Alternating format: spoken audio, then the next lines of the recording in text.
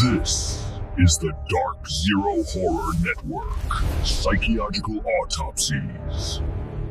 Welcome to Scream Queen Radio, broadcasting straight from the crypt on the Dark Zero Horror Network. Welcome to the frequency that'll make your heart skip a beat, and not just because you're out of cardio.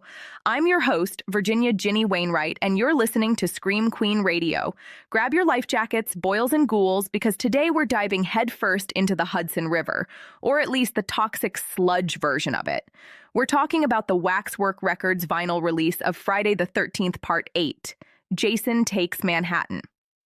Now, I know what you're thinking. Ginny, why would I want a record of a movie where Jason spends 80 minutes on a boat and only 5 minutes in an alleyway? Well, darling, because the music is to die for. Harry Manfredini and Fred Mollin really captured the sound of 1989 meets a slow-moving tugboat. It's the perfect background music for when you're doing chores, or perhaps chasing a teenager through a suspiciously clean sewer system. Waxwork really outdid themselves with the packaging on this one. The vinyl is pressed on sludge green and Big Apple blood red.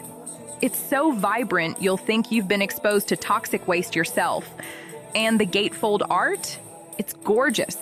It's got Jason looking over the skyline, probably wondering why the subway is so crowded. Trust me, honey.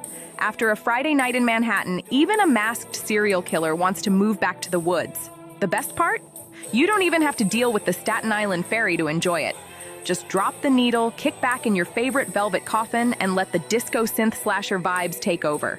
It's the only way to experience New York without getting mugged by a guy in a hockey mask. Unless that's your thing, no judgment here. This was the first Friday film not to have Harry Manfredini as the primary composer, and you can really hear the difference. The theme song. You can't talk about this soundtrack without mentioning The Darkest Side of the Night by Metropolis. It's the ultimate 1989 power ballad. It plays over the opening credits as the ship leaves Crystal Lake, and frankly, it's more iconic than the movie itself. Fred Mollin's score. Mollin leaned heavily into digital keyboards and synthesizers. It's industrial, metallic, and feels very big city. Tracks like Sewer Chase and The Toxic Flood use rhythmic looping that builds a lot more tension than the actual rubber mask in a sewer scenes did on screen. Bonus tracks.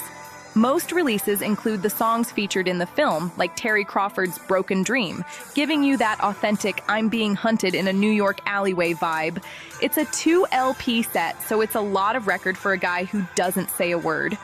But hey, if you're going to be a legendary slasher, you might as well have a soundtrack that slaps as hard as a machete. That's all for today's broadcast, my little monsters. Remember, if a man in a jumpsuit offers you a tour of the Empire State Building, check for a pulse first. Thanks for watching. Don't forget to like and subscribe, and I'll see you in the next nightmare.